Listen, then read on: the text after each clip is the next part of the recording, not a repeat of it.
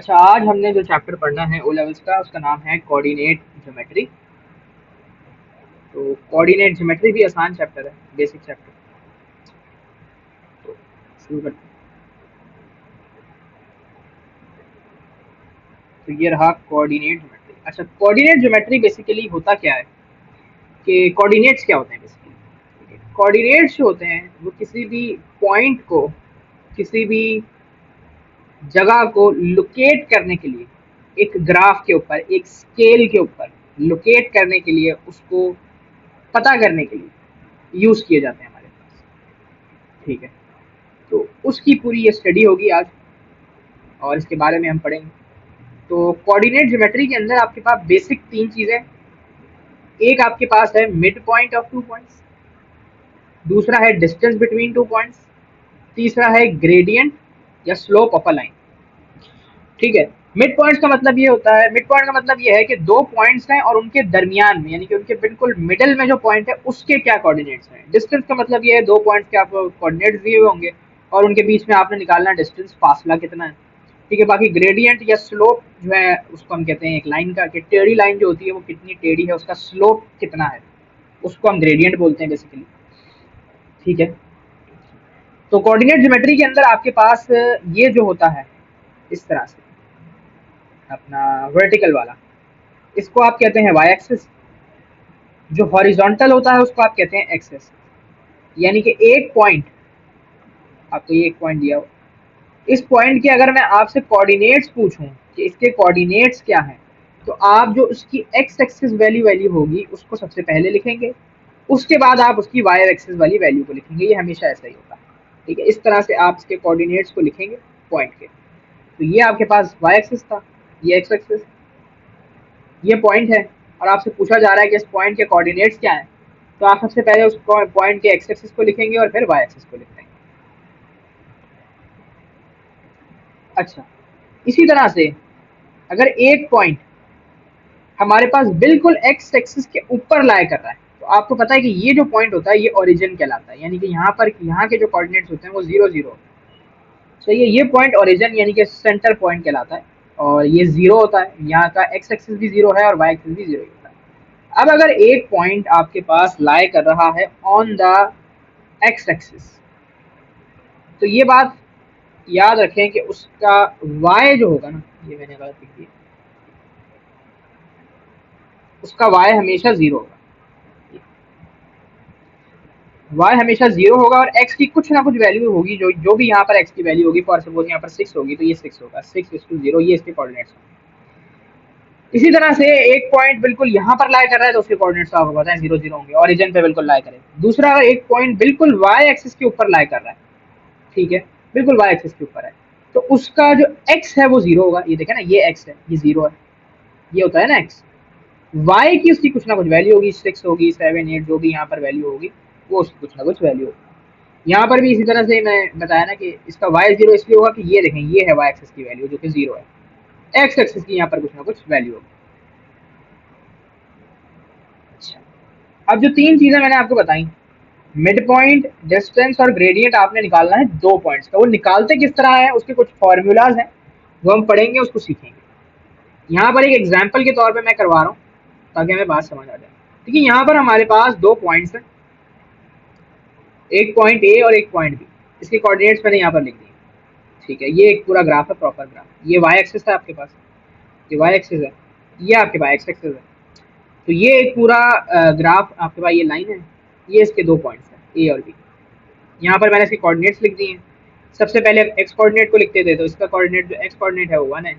उसके बाद हम वाई कोऑर्डिनेट को लिखते थे, वाई कोऑर्डिनेट इसका 2 है। इसी तरह से बी के अंदर भी 5 जो है उसका एक्स कोऑर्डिनेट है और वाई कोऑर्डिनेट भी इसका 5 ही है। अब इनका अगर कहा जाए कि इनका मिड पॉइंट निकालना है, मिड पॉइंट का मतलब होगा ये वाला पॉइंट,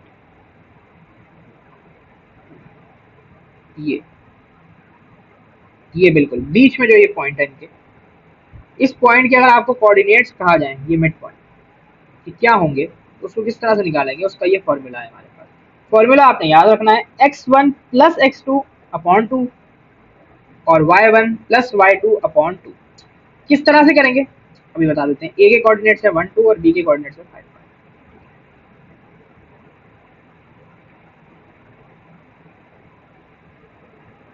ए के हमारे पास कोऑर्डिनेट 1 2 है, बी के कोऑर्डिनेट्स हैं 5। अब आपने फॉर्मूले को अप्लाई इस तरह से करना है कि आपने जो दोनों x वैल्यूज है ना, a और b की x एक्सिस की वैल्यूज, उनमें से किसी भी एक को x1 कह देना है और किसी भी दूसरी को x2 कह देना है। जैसे कि मैं इसको कह देता हूँ x1, इसको मैं कह देता हूँ x2। इसी तरह से y के लिए भी आपने जो दोनों के y एक्सिस हैं, उनमें से किसी को भी y1 कह देना है, किसी को भी y2 कह देना है। तो मैं इसको y1 कह देता हूँ, इसको मैं y2 कह देता हूँ। ठीक है, तो शर्त ये है कि आपके पास जो x1 होगा उसके साथ वाला जो y है वो y1 होगा, और इसी तरह से अगर x2 होगा तो उसके साथ वाला जो x है वो y है वो y2 होगा। तो इस तरह से सबसे पहले आपने ये कर लिया। अब आपने सिंपल काम करना है कि इनको पूरे को फॉर्मूले में पुट कर देना है। ठीक है, तो x1 प्लस x2 था, तो x1 जो है वो 1 है और ये 5/2, ये y1 प्लस y2।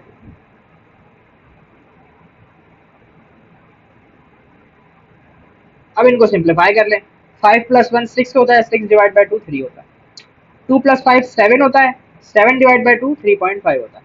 ये आपके पास आ गया मिड पॉइंट, जो कि m था, ऊपर मैंने m मार्क किया था ना, ये आपके पास मिड पॉइंट आ गया पॉइंट। तो ये सिंपल सा तरीका है मिड पॉइंट निकालने का, कि आपने दो कोऑर्डिनेट्स जो जिनका मिड पॉइंट निकालना है, उनमें से एक को x1 और y1 का नाम दे देना है, दूसरे को x2 और y2 का। और ये जो फॉर्मूला है x1 plus x2 upon 2, y1 plus y2 upon 2, इस फॉर्मूले में लाकर आपने पुट कर देना है, आपके पास जो है वो सिंपल मिड पॉइंट आ जाएगा। ये सिंपल सा तरीका है।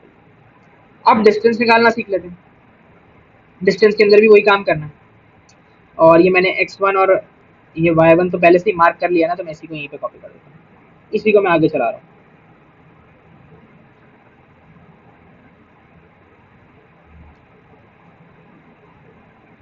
मार्क हुआ है मैं पहले से ही, कुछ भी नहीं करना। ये जो सिंपल सा फॉर्मूला है इसके अंदर आपने इसको पुट कर देना है, सिर्फ फॉर्मूला याद रखना है और उसमें सब्स्टिट्यूट करा देना। इससे आपको ना डिस्टेंस मिल जाएगा, ये डिस्टेंस का फॉर्मूला है, यानी कि इन दोनों के दरमियान का फासला कितना। तो x2 हमारे पास 5 है, -1 और होल स्क्वायर इसका, प्लस y2 हमारे पास 5 है, -2 और इसका होल स्क्वायर। अच्छा, अंडर रूट रहेगा अपनी जगह पर। 5 माइनस 1 जो होता है वो 4 होता है। 5 माइनस 2 जो होता है, 5 माइनस 2 क्या होता है, 5 माइनस 2 3 होता है। ये आ गया आपके पास। उसके बाद फिर 4 का स्क्वायर होता है 16, 3 का स्क्वायर 9, 16 प्लस 9 होता है 25। 25 का अंडर रूट 5 होता है। अब बता ये बात अच्छी तरह से। तो ए बी का जो हमारे पास डिस्टेंस आया वो 5 यूनिट्स, ये 5 ए बी का हमारे पास सिंपल से डिस्टेंस आया बस।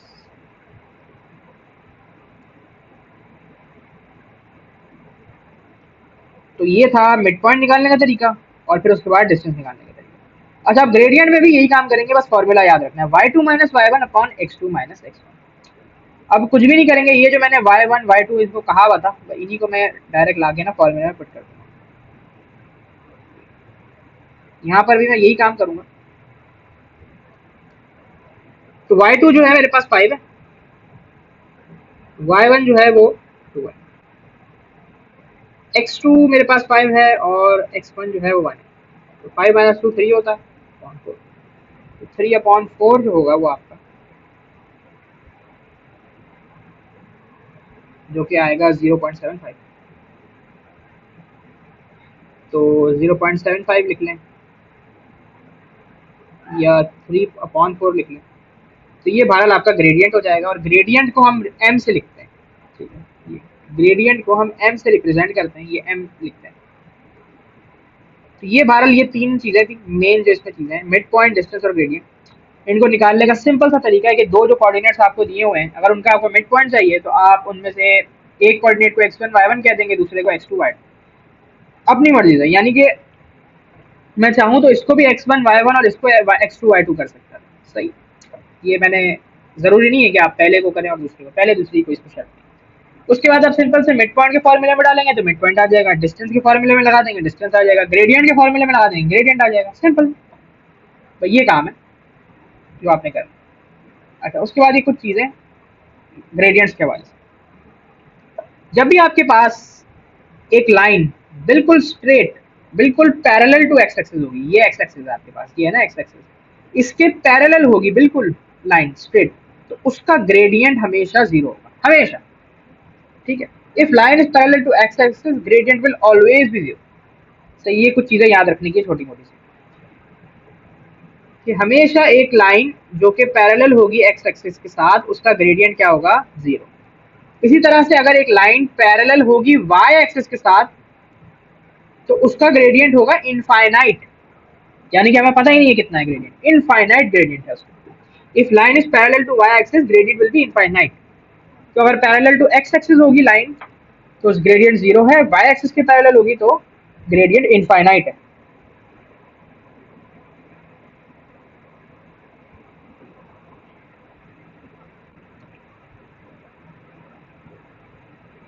अच्छा, अब अगर ग्रेडियंट जो है, तो अगर आपके पास लाइन जो है वो टेढ़ी होगी और अपवर्ड्स जा रही होगी, ठीक है, ये लाइन अपवर्ड्स जा रही है, if line is facing upwards away from x axis, या तो अपवर्ड जा रही होगी या ये जो एक्स एक्सिस है इससे दूर जा रही है ना बेसिकली, तो उसका ग्रेडियंट जो है वो हमेशा पॉजिटिव होगा। अपवर्ड लाइन का ग्रेडियंट हमेशा पॉजिटिव होगा। ठीक है, अब क्या होगा ये नहीं पता, इसका जो है वो +2 हो सकता है, +3 हो सकता है, +4 हो सकता है, ये तो हम फॉर्मूले से निकालेंगे y2 minus y1 upon x2 minus x1 करके। ठीक है, लेकिन ग्रेडियंट होगा पॉजिटिव। इस तरह से अगर नीचे आ रही होगी तो उसका ग्रेडियंट नेगेटिव होगा। ठीक है, क्या होगा ये नहीं पता, वैल्यू होगी कोई ना कोई। ठीक है, अब वो -2 हो सकती है, -3, -4, -0.5, कुछ भी हो सकती है नीचे आ रही है तो, लेकिन क्या होगी ये तो आप फिर फॉर्मूले से निकालेंगे। अच्छा, ये मैंने एक छोटा सा नोट नीचे लिखा है कि never try to predict the gradient of line directly, always use the formula. ठीक, तो ये जो दो लाइनें इस तरह से अगर बनी हुई होंगी तो इनका तो ग्रेडियंट आप डायरेक्ट बता सकते हैं, लेकिन इन दोनों को ना आप कभी भी डायरेक्टली प्रेडिक्ट नहीं कर सकते, क्योंकि इनका तो, इनके तो खैर केसेस ही दो है ना, कि भाई अगर वाई एक्स एक्सिस के पैरेलल है तो ग्रेडियंट जीरो है, वाई एक्सिस के पैरेलल है तो ग्रेडियंट इनफाइनाइट है। ये तो केसेस ही दो हैं, लेकिन यहाँ पर आप प्रेडिक्ट नहीं कर सकते, ये वाले दो केसेस हैं, यहाँ पर आपको हमेशा फॉर्मूला यूज करना है, कभी भी प्रेडिक्ट नहीं करना। अच्छा, अब अगली चीज जो कि है इक्वेशन ऑफ अ लाइन, कि एक लाइन की, एक ग्राफ के ऊपर अगर एक लाइन हो तो उसकी इक्वेशन हम कैसे बताते हैं। सिंपल है भाई, अगर एक हॉरिजॉन्टल लाइन है ना बिल्कुल ऐसे, तो जो भी y की वैल्यू है ना वही उसकी इक्वेशन है, यानी कि y इक्वल टू 1 यही लाइन की जो है वो इक्वेशन है। मैं यहाँ पर लिख देता हूँ ये इक्वेशन,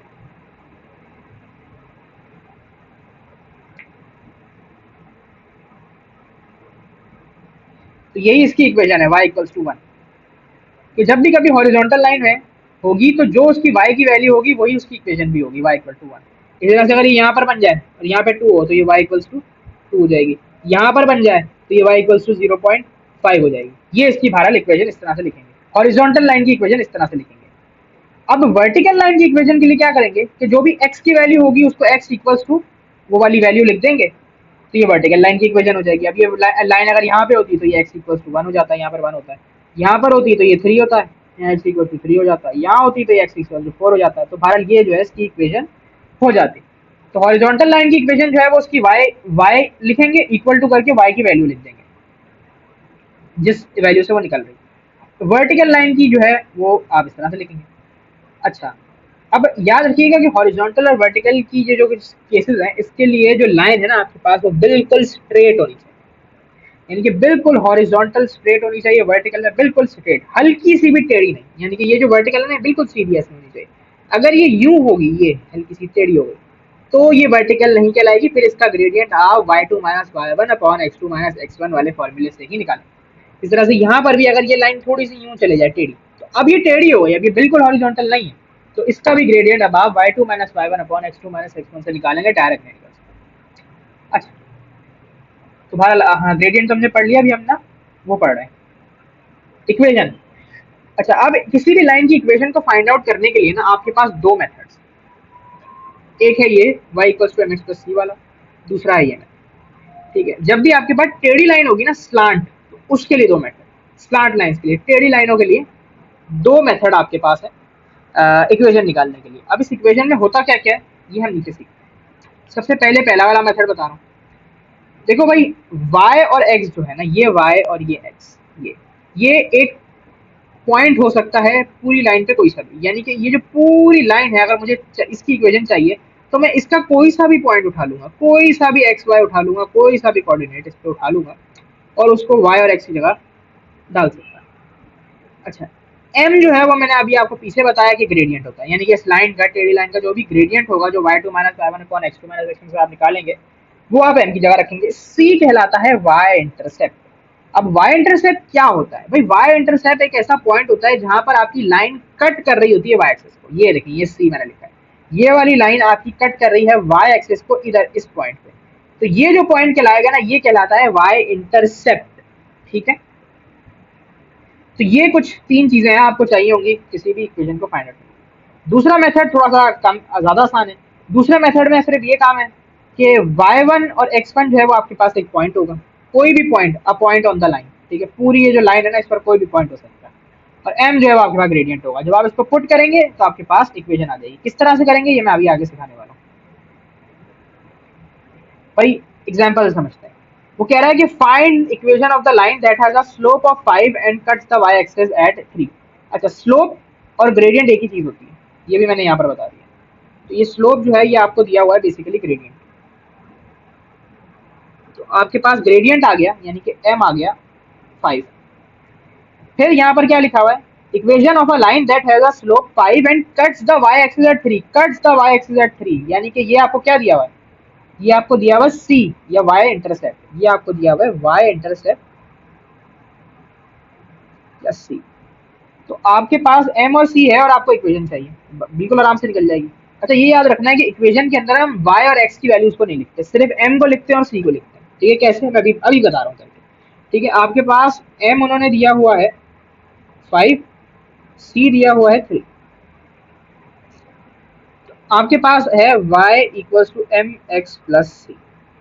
ठीक है, तो y को y रहने देंगे, m की जगह आप 5 लिख देंगे, x प्लस 3। तो ये जो आपके पास आया ना, ये कहलाएगी आपकी लाइन की इक्वेशन। ठीक है, और आप इसको यहीं पर छोड़ देंगे, y और x की वैल्यूज को नहीं लिखेंगे, यही आपकी इक्वेशन कहलाएगी। ठीक है, यही आपका फाइनल आंसर होगा, यहीं पर आप छोड़ देंगे इसको, आगे नहीं लिखेंगे और y और x की वैल्यूज को नहीं लिखेंगे। ठीक है, सिर्फ y और x को y और x ही लिखेंगे, ग्रेडियंट को लिखेंगे यानी कि m को लिखेंगे और y इंटरसेप्ट को लिखेंगे। तो जो आपके पास इक्वेशन बन के आएगी वो कहलाएगी लाइन की इक्वेशन, बस। जब आपको इक्वेशन लिखना होगा। एक और दूसरे तरीके से भी देख लें। अब कह रहा है find the equation of the line with the gradient 7 and passes through point 2 3। अब ये जो आपको दिया हुआ है ना 2 3, ये क्या दिया हुआ है? ये x1 और y1 ही तो दिया हुआ है भाई। एक लाइन है वो 2 और 3 को पास कर रही है, तो इसका मतलब ये है कि वो लाइन जो है, वो ये 2 और 3 पॉइंट जो है उस लाइन के ऊपर लाया करता है, तभी तो पास कर रही है। तो x1 और y1 आपको दिया हुआ है, ये आपको ग्रेडियंट दिया हुआ है, m दिया हुआ है। तो अब आप निकाल सकते हैं जो दूसरी वाला मेथड था उससे करके। y1 equals to m x minus x। y1 की जगह मैं y लिख दूंगा, m की जगह 7, x की जगह x ही आएगा और x1 की जगह आ जाएगा 2। इसको सॉल्व कर लेते हैं।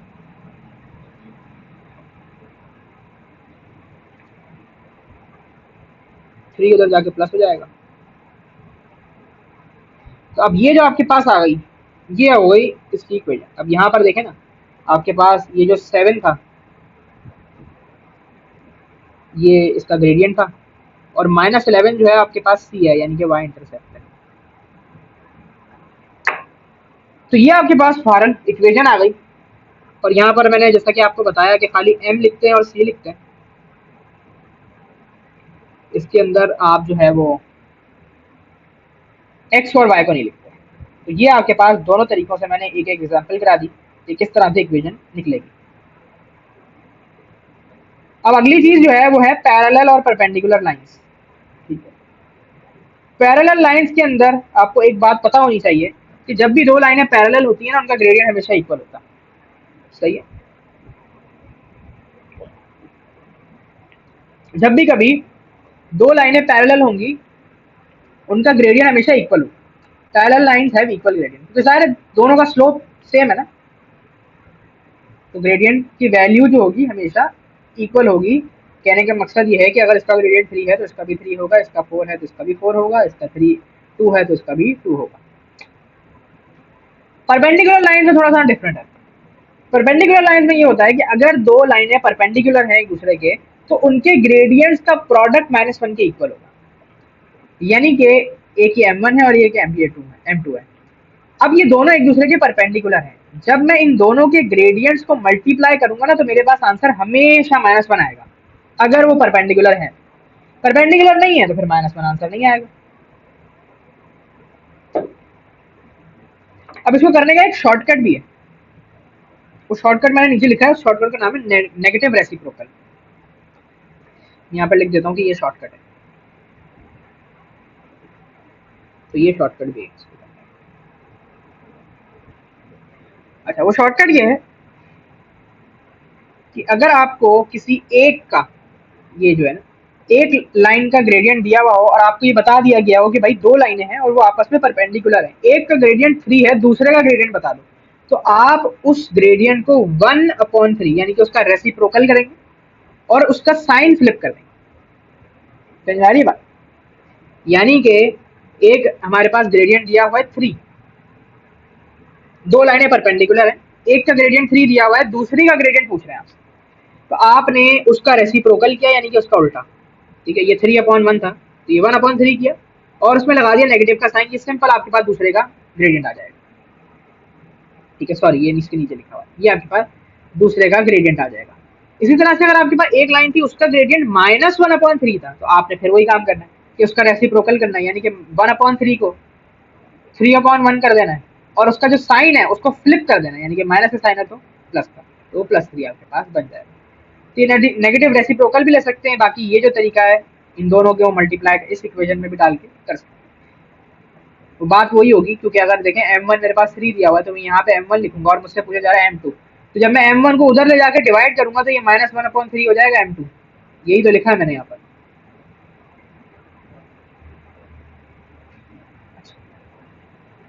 अब हमें सीखना है कि gradient of a line from its equation, यानी कि एक लाइन है उससे उसका ग्रेडियंट कैसे पता लगाएंगे। उसमें सिर्फ बेसिक दो स्टेप है कि सबसे पहले आपने y को सब्जेक्ट बना लेना है, फिर y equals to mx plus C जो है, ये जो है y इक्वल्स टू mx, इससे आपने कंपेयर कर देना, आपको पता चल जाएगा ग्रेडियंट। सबसे पहले मैं y को सब्जेक्ट बना लेता हूँ, तो सबसे पहले मैं ले जाता हूँ 2x को दूसरी तरफ, तो ये 6 प्लस 2x हो जाएगा। अब मैं 4 को उधर ले जाकर दोनों से डिवाइड करवा देता हूँ, ऐसे लिख लेते हैं ऑर्डर, ये मैंने करा दिया डिवाइड। तो अब ये जो होगा वो 2 जार हो जाएगा, ये 3 जार, ये 2 जार, ये 1 जार, ऐसे कैंसिल, तो ये आपके पास आ जाएगा 1/2x प्लस 3/2। अब आपको ये बात अच्छी तरह से पता है कि x के साथ जो लिखा होता था वो m होता था, यानी कि ये जो है आपके पास, ये आपका m है, ये आपका c है, तो आपको पता चल गया कि आपका जो ग्रेडियंट है वो 1/2 है, y इंटरसेप्ट 3/2 है। ये तरीका है कि कोई आपको इक्वेशन दी हुई हो और आपसे कहा जाए कि भाई मुझे बता दो कि लाइन का ग्रेडियंट या y इंटरसेप्ट क्या है, इक्वेशन से बताना है, लाइन नहीं दी हुई, इक्वेशन दी हुई, इक्वेशन से बताना है। तो आप ऐसे बताएंगे कि सबसे पहला काम आपने y को सब्जेक्ट बना लिया, यानी कि y को अकेला कर दिया, ठीक है, कुछ भी नहीं लेना चाहिए, खाली y, और फिर उसके बाद उसको कंपेयर कर दें y equals to mx plus C के साथ, कंपेयर कर देंगे तो आपको पता चल जाएगा, सिंपल। क्योंकि ये देखें ना y equals to M X plus C, ठीक है। अब ये देखें, ये m जो है ये m है, ये c है, ये x और ये y। आगे चलते, दो क्वेश्चन और एग्जाम स्टाइल के, तो वो कह रहा है कि चेक इफ 1 और 5 जो है वो लाइज ऑन ये। अच्छा, अब ये एक बात याद रखना है कि when ever a point lies on a line it always satisfies the equation, यानी कि अगर एक पॉइंट को हमें ये चेक करना है कि वो एक लाइन के ऊपर लाई कर रहा है या नहीं, तो हमेशा वो पॉइंट उस इक्वेशन को सेटिस्फाई करना चाहिए, उस इक्वेशन की लाइन। कैसे भाई? कुछ भी नहीं करना, ये आपके पास एक्स कोऑर्डिनेट है, ये वाई कोऑर्डिनेट है, एक्स की जगह एक्स रख देंगे और वाई की जगह वाई, अभी रख लेते हैं। तो ये है y equals to 2x plus 3। यहाँ पर मैं y की जगह रख देता हूँ 5, x की जगह रख देता हूँ 1। तो अब देखें 2 1 जार 2 होता है प्लस 3 5, ये देखें ये दोनों इक्वल आ गए, इक्वेशन सेटिस्फाई हो गई। तो इसका मतलब है कि point lies on the line. ठीक है, सेटिस्फाई हो गई ना equation. whenever a point lies on a line, it always satisfies the equation.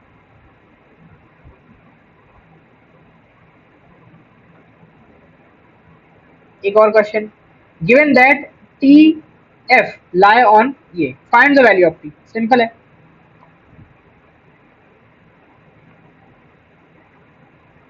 भाई टी और 5 का पता करना है ना। तो आपको ये पता है कि टी जो है वो एक्स कोऑर्डिनेट है, एफ जो है वो 5 जो है वाई कोऑर्डिनेट है। तो कुछ भी नहीं, इस इक्वेशन में जो है वो वही वाली इक्वेशन मैंने ऊपर वाली ली है, तो इसमें आप पुट कर दें। ये y equals to 2x plus 3 है, y की जगह 5 लिख दें, t की जगह 2 लिख दें, x की जगह t लिख दें प्लस 2। अब इसको सॉल्व कर लें, आपको पता चल जाएगा t की वैल्यू क्या है। 3 का मैं उधर ले जाऊंगा, वो माइनस हो जाएगा, 2 जो है वो डिवाइड हो जाएगा। तो 5 माइनस 3 2 होता है, 2 अपॉन 2 1 होता है। तो t की वैल्यू जो है वो हमारे पास आ जाएगी 1। तो यही तो थी ऊपर x की वैल्यू, 1 5 ही तो था ना। ये रहा 1 5, पुलिस का नंबर हो गया था, ये रहा ना 1 5 ही तो था। तो अभी इसी को इसने दूसरे अंदाज में पूछ लिया था, बहरहाल तरीका वही है सॉल्व करने का। तो बस ये इतनी ही कोऑर्डिनेट ज्योमेट्री है, बाकी इसके कुछ पास पेपर्स हैं, सवालात थोड़े से वो ऐसे कर लेता है। तो अगले जो लेक्चर्स होंगे उनके अंदर मैं इसके पेपर 1 और 2 के पास पेपर्स कराऊंगा, वो बहुत ज़रूरी हैं, उसको ज़रूर देखिएगा। तो ये बस मैंने कोऑर्डिनेट ज्योमेट्री के जितने भी कॉन्सेप्ट्स थे वो समझाए थे फिलहाल तो। ठीक है, मिड पॉइंट है, डिस्टेंस है, ग्रेडियंट है, इक्वेशन है लाइन की, और उसके अलावा परपेंडिकुलर और पैरेलल लाइंस का ये मामला है ग्रेडियंट का। तो यही कुछ छोटी मोटी चीज़ें आती हैं कोऑर्डिनेट ज्योमेट्री में पूछने की। बाकी इसके सवालात जो है वो थोड़े से टेढ़े हो जाते हैं। तो इसके मैं अगली जो क्लास होंगी उसमें पेपर 1 के भी और 2 के भी इसके पास पेपर्स करूँगा। अभी के लिए इतना ही, अल्लाह हाफ़िज़।